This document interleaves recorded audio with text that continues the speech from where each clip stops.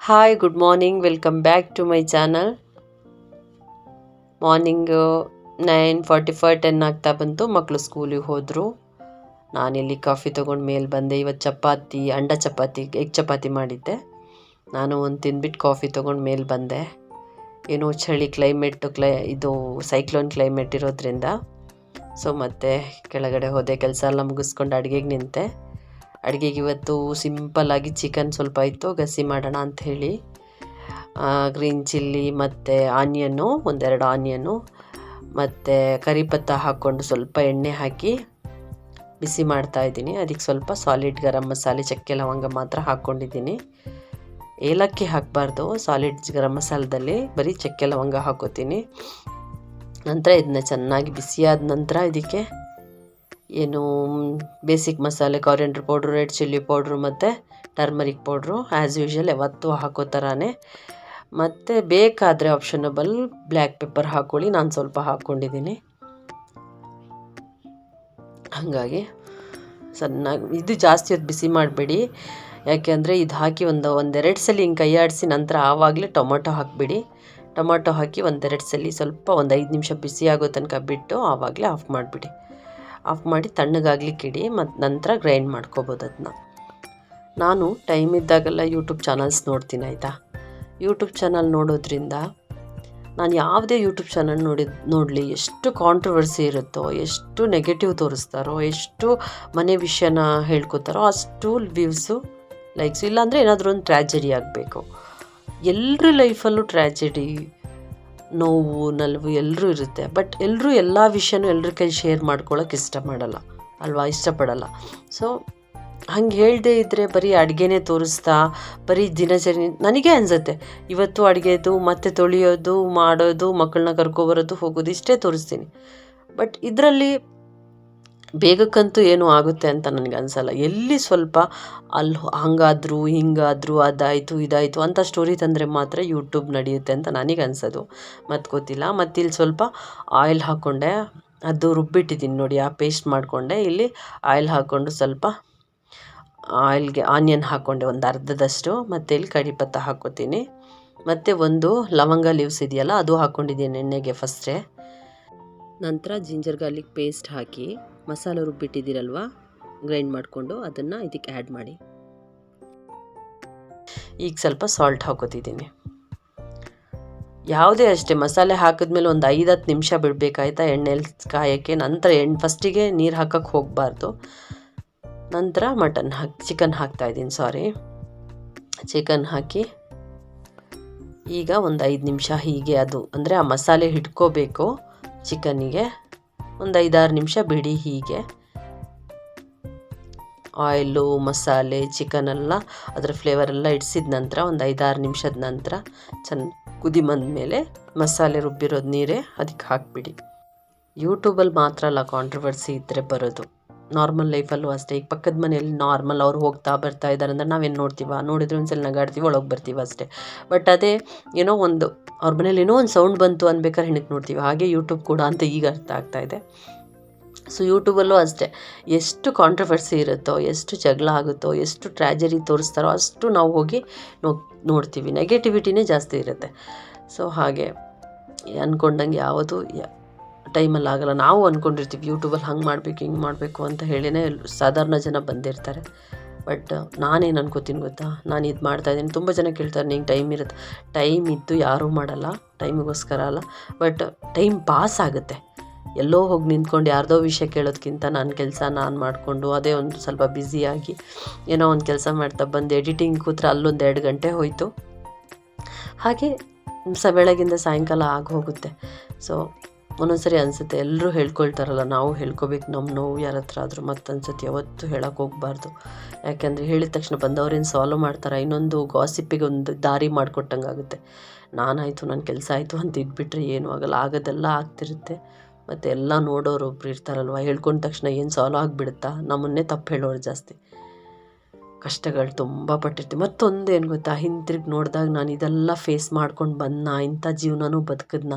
ಮತ್ತು ಈಗ ನಾನು ಕೆಟ್ಟವರು ಅಂದ್ಕೊಂಡವರು ಅವ್ರ ಮನಸ್ಸಲ್ಲಿ ಅವ್ರು ಒಳ್ಳೆಯವರು ಅಂತಲೇ ಇರುತ್ತೆ, ಅವ್ರು ಮಾಡಿದ್ದೆಲ್ಲ ಸರಿಯೇ ಅಂತ ಇರುತ್ತೆ, ಅವ್ರು ಮಾಡಿದ ಅನ್ಯಾಯ ಅವ್ರಿಗೆ ಸರಿಯೇ ಅನಿಸ್ತಿರುತ್ತೆ. ಮತ್ತು ಯಾಕೆ ನಾವು ಇನ್ನೊಬ್ಬರೇ ನಾವು ನಮ್ಮನ್ನು ಅವ್ರು ಕೆಟ್ಟವರು ಅಂತಾರೆ, ಅವ್ರು ನಮ್ಮನ್ನ ಎಷ್ಟೇ ಅನ್ಯಾಯ ಮಾಡಲಿ ಅವ್ನ ಮನಸ್ಸಲ್ಲಿರೋದು ಏನು ಗೊತ್ತಾ, ನಾನು ಸರಿ ಅಂತಲೇ ಇರುತ್ತೆ. ನನಗೀಗ ಅನಿಸಿದೆ ಅದು. ಯಾವತ್ತೂ ನಾನು ಕೆಟ್ಟದ್ದು ಮಾಡಿದೆ, ನಾನು ಅನ್ಯಾಯ ಮಾಡಿದೆ ಅಂತ ಯಾರೂ ಹೇಳಲ್ಲ. ಈಗ ಒಂದು ಲೈಫೇ ಸ್ಪಾಯ್ಲ್ ಮಾಡಿ ಹೋಗಿರ್ತಾರೆ, ಅವರು ಕೂಡ ನಾನು ಮಾಡಿದ್ದು ಸರಿ ಅಂತಲೇ ಅವ್ರ ಮನಸ್ಸಲ್ಲಿ ಇರೋದ್ರಿಂದ ತಾನೇ ಅವರು ಅದು ಸರಿ ಅಂತ ಅಂದ್ಕೊಂಡು ಬದುಕೋದು. ಮತ್ತು ಅಂಥವ್ರಿಗೆ ಈ ಪ್ರಪಂಚ ಇರೋದು ಅಂತ ನನಗನ್ಸುತ್ತೆ. ನಾನು ನೋಡ್ದಂಗೆ ಒಂದು ಜೀವನ ಮಾತ್ರ ಹಾಳಾಗಿರಲ್ಲ, ಎಷ್ಟೋ ಲೈಫ್ಗಳು ಹಿಂಗೆ ಹಾಳಾಗಿರುತ್ತೆ. ಜೀವನ ಹಾಳು ಮಾಡಿ ಅವ್ರವ್ರ ಲೋಕದಲ್ಲಿ ಮಸ್ತಾಗಿರ್ತಾರೆ. ಸೊ ಅವರಿಗೂ ಅವ್ರ ಮನಸ್ಸಲ್ಲಿ ನಾನು ಮಾಡಿದ್ದು ಸರಿ, ನಾನು ಇರೋದೇ ಸರಿ ಅಂತ ಹೇಳ್ಕೊಳ್ಳೋ ಪ್ರಪಂಚದಲ್ಲಿ ನೋಡೋರಿಗೂ ಅವರೇ ಸರಿ ಅಂತ ಅನಿಸ್ತೋ ಇಲ್ವಾ, ಮನಸ್ಸಲ್ಲಿರ್ಬೋದು ಇವ್ನು ಮಾಡಿದ್ದು ಕೆಟ್ಟು, ಬಟ್ ಅವ್ರ ಎದುರಿಗೆ ಅವ್ರು ಮಾಡಿದ ಸರಿ ಅನ್ನೋ ಥರನೇ ಜನನೂ ಇರ್ತಾರೆ. ಈಗ ನಾವು ಹೇಳ್ಕೊಂಡಿರ್ತೀವಲ್ವ, ಅವರು ಕೂಡ ಅವ್ರ ಸಪೋರ್ಟಲ್ಲೇ ಮಾತಾಡ್ತಾರೆ ಆ ಟೈಮಲ್ಲಿ.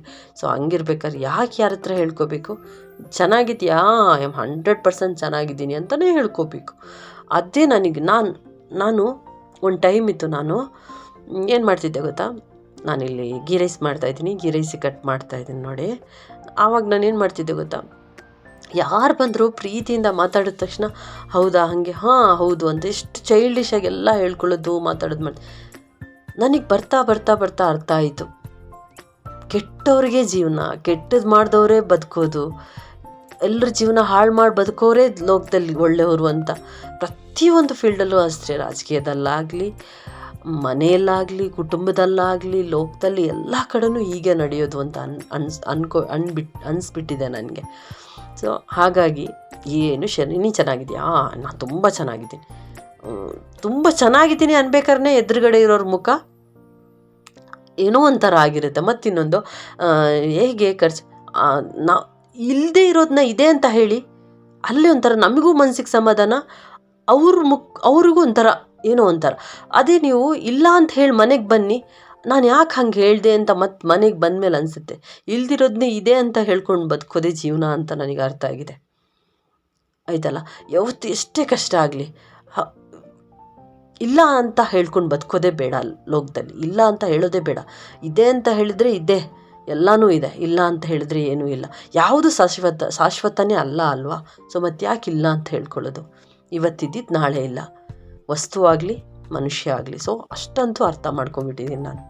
ಇಷ್ಟೆಲ್ಲ ಮಾತಾಡ್ತೀನಿ ಅಂತ ಅಂದ್ಕೋಬೇಡಿ, ನನ್ನ ಲೈಫಿನ ರಿಯಲ್ ಎಕ್ಸ್ಪೀರಿಯೆನ್ಸು, ನಾನು ಯಾರಿಗೂ ಮೋಟಿವೇಟ್ ಮಾಡ್ತಿಲ್ಲ, ನನ್ನ ಲೈಫ್ನೇ ನಾನು ಹೇಳ್ತಾ ಇರೋದು, ನನ್ನ ಜೀವನನೇ ನಾನು ಹೇಳ್ಕೊಳ್ತಾ ಇರೋದು.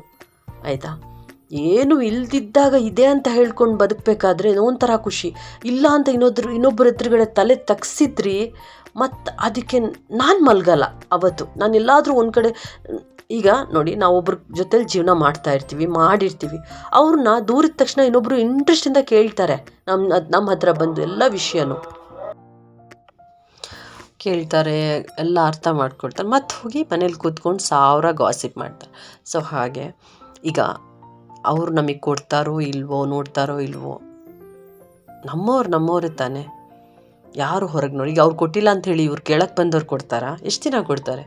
ಯಾರು ಏನೂ ಕೊಡಲ್ಲ, ಯಾರ ಹತ್ರ ತೊಗೊಳ್ಳಬಾರ್ದು. ಅದೇ ಜೀವನ, ಕೈಕಾಲು ಗಟ್ಟಿ ಇದೆ, ದುಡ್ಕೊಂಡು ತಿನ್ನಿ. ನಮ್ಮದು ನಮ್ಮವರು ಅನ್ಬೇಕಾರೆ ಅವರಿದ್ದರೂ ಇಲ್ದಿದ್ರು, ಕೊಟ್ಟರು ಕೊಡದೇ ಇದ್ದರು ಪ್ರೀತಿ ಮಾಡಿ. ನಿಮಗೆ ಪ್ರೀತಿ ಇದೆ ತಾನೇ, ನೀವು ಪ್ರೀತಿ ಮಾಡಿ. ಇನ್ನೊಬ್ರ ಕೈಯಲ್ಲಿ ಏನು ಶೇರ್ ಮಾಡ್ಕೊಳಕ್ಕೆ ಹೋಗಬೇಡಿ. ಜೊತೆಯಲ್ಲಿದ್ದರೆ ಮಾತ್ರ ಜೀವನ ಅಲ್ಲ, ಜೊತೆಯಲ್ಲಿ ಇಲ್ದಿದ್ರೂ ಜೀವನನೇ. ಕೊಟ್ಟರೆ ಮಾತ್ರ ನಮ್ಮವರಲ್ಲ, ಕೊಡದೇ ಇದ್ರೂ ನಮ್ಮವರು ಅಂತ ಒಂದ್ಸಲಿ ಅನ್ಕೋಬಿಟ್ರೆ ಅವ್ರು ನಮ್ಮವರೇ ಜೀವನದಲ್ಲಿ. ಅವ್ರು ಎಷ್ಟೇ ಅಯ್ಯೋ ತಪ್ಪು ಮಾಡಿದವ್ರಿಗೆ ತಪ್ಪು ಮಾಡಿದ್ದೀನಿ ಅಂತ ಅನಿಸ್ದೇ ಇರಬೇಕಾದ್ರೆ, ತಪ್ಪೇ ಮಾಡ್ದಿರೋ ನಮ್ಮಂಥವ್ರು ಯಾಕೆ ಕೊರಗಬೇಕು, ಯಾಕೆ ಅಷ್ಟೆಲ್ಲ ಬೇಜಾರು ಪಡಬೇಕು? ಏನೂ ಇಲ್ಲ, ನಮ್ಮವರು, ನಮ್ಮ ಮಕ್ಕಳು, ನಮ್ಮ ಗಂಡ, ನಮ್ಮ ಸಂಸಾರ ಅಂತ ಅಂದ್ಕೊಂಡು ಖುಷಿಯಾಗಿ ಬದುಕಬೇಕು. ಆಗಲ್ಲ, ನೋವಾಗುತ್ತೆ, ಕಷ್ಟ ಆಗುತ್ತೆ. ನಾನೀಗ ಹೇಳ್ತಿದ್ದೀನಿ, ನಮಗೂ ನೋವಾಗುತ್ತೆ, ನಂಗೆ ತುಂಬಾ ನೋವಾಗುತ್ತೆ. ಬಟ್ ಆಮೇಲೆ ಕೂತ್ಕೊಂಡು ಯೋಚನೆ ಮಾಡ್ತೀನಿ, ಕೊಟ್ಟರೆ ಮಾತ್ರ, ನೋಡಿದ್ರೆ ಮಾತ್ರ, ಹತ್ತಿರ ಇದ್ದರೆ ಮಾತ್ರನಾ ಎಲ್ಲ? ಏನೂ ಅಲ್ಲ. ಮನಸ್ಸು ದೊಡ್ಡದಾಗಿರಬೇಕು. ಕೊಡಲಿಲ್ವಾ ದುಡ್ಕೊಂಡು ತಿನ್ನು, ಮರ್ಯಾದೆಯಾಗಿ ಬದುಕಿ ತೋರಿಸು. ಅವ್ರಿಗೆ ಅವ್ರು ಸರಿ ಅನಿಸ್ಬೇಕಾದ್ರೆ ನೀನೇನೂ ಮಾಡ್ತೀನಿ, ನಿನಗೆ ಸರಿ ಅನ್ಸೋದ್ರಲ್ಲಿ ತಪ್ಪೇ ಇಲ್ಲ. ಬದುಕು. ದೇವ್ರು ನಿನಗೆ ಅಂತ ಏನಾದರೂ ಕೊಟ್ಟಿರ್ತಾನೆ, ಎಲ್ಲನೂ ಏನು ಕಿತ್ಕೊಂಡಿರಲ್ಲ. ನಿಂದು ಅಂತ ಇದ್ದರೆ ಅದು ಬಂದೇ ಬರುತ್ತೆ ನಿನ್ನ ಹತ್ರಕ್ಕೆ. ಇಲ್ಲ ಅಂದರೆ ಬಿಟ್ಬಿಡು, ಎಲ್ಲ ಹೋಗೋದೇ ನಶ್ವರ ಜೀವನ ಅಲ್ವಾ. ಸೊ ಹಾಗೆ ನಾನು ಅಂದ್ಕೊಡೋದು, ನಮಗೆ ಹೆಂಗಿರಬೇಕು ಹೇಗಿರಬೇಕು ಅಂತ ಅರ್ಥ ಆಗಬೇಕಾದ್ರೆ ತುಂಬ ವರ್ಷಗಳು, ತುಂಬ ದಿನಗಳು ಕಳ್ಕೊಂಡು ಹೋಗುತ್ತೆ. ಈಗ ನನ್ನ ಜೀವನದಲ್ಲೇ ನಮ್ಮಪ್ಪ ನನಗೆ ಎಲ್ರಿಗಿಂತ ಹೆಚ್ಚಿದ್ದಿದ್ದು, ಎಲ್ಲದಕ್ಕಿಂತಲೇ ಹೆಚ್ಚಿದ್ದಿದ್ದು. ಅವ್ರು ಇಲ್ದಿದ್ದಿದ್ದು ಒಂದು ದಿನವೂ ನನಗೆ ಯೋಚನೆ ಮಾಡೋಕ್ಕಾಗಲ್ಲ. ನಾನು ಅಂದರೆ ಅವ್ರು ಇದ್ದಿದ್ದರಿಂದನೇ ನಾನು ಅನ್ನೋ ಥರ ಇದ್ದಿದ್ದು. ಅವರು ಸಡನ್ನಾಗಿ ಇಲ್ದಿದ್ದಾಗ ನಾನು ಹಿಂಗೆ ಬದುಕ್ತೀನೋ ಅಂತ ನಾನು ಅನ್ಕೋತಾ ಇದ್ದೆ. ಬದುಕಲಿಲ್ವಾ? 2 ವರ್ಷ ಬದುಕಿದೆ. ನೆನಪು ಹಾಗೇ ಇದೆ. ಅವ್ರು ಇಲ್ದಿರೋ ಜೀವನ ಯೋಚನೆ ಮಾಡೋಕ್ಕೆ ಈಗಲೂ ನನಗಾಗ್ತಾಯಿಲ್ಲ. ಬಟ್ ಅವರು ಕೊಡ್ತಾ ಇಲ್ಲ, ಈಗ ನಮ್ಮನ್ನು ಬಿಟ್ಟು ಹೋದರು ಅಂತೇನು ನಾವು ಮರಿತೀವ? ಇಲ್ಲ ಅಲ್ವಾ. ಹಾಗೆ ಕೊಟ್ಟರು ಕೊಡದೇ ಇದ್ದರು ನಮ್ಮವರೇ, ಅವರಿಗೋಸ್ಕರನೇ ಬದುಕೋಣ ಅಲ್ವಾ ಲೈಫ್ ಲಾಂಗ್. ನನ್ನ ಚಾನಲ್ ಇಷ್ಟ ಆದರೆ ಲೈಕ್ ಮಾಡಿ, ಶೇರ್ ಆ್ಯಂಡ್ ಸಬ್ಸ್ಕ್ರೈಬ್ ಮಾಡಿ. ಇಷ್ಟೆಲ್ಲ ಮನಸ್ಸಲ್ಲಿತ್ತು, ಮಾತಾಡಬೇಕು ಅನಿಸ್ತು, ಮಾತಾಡಿದ್ದೀನಿ. Thank you friends. ಬಾಯ್.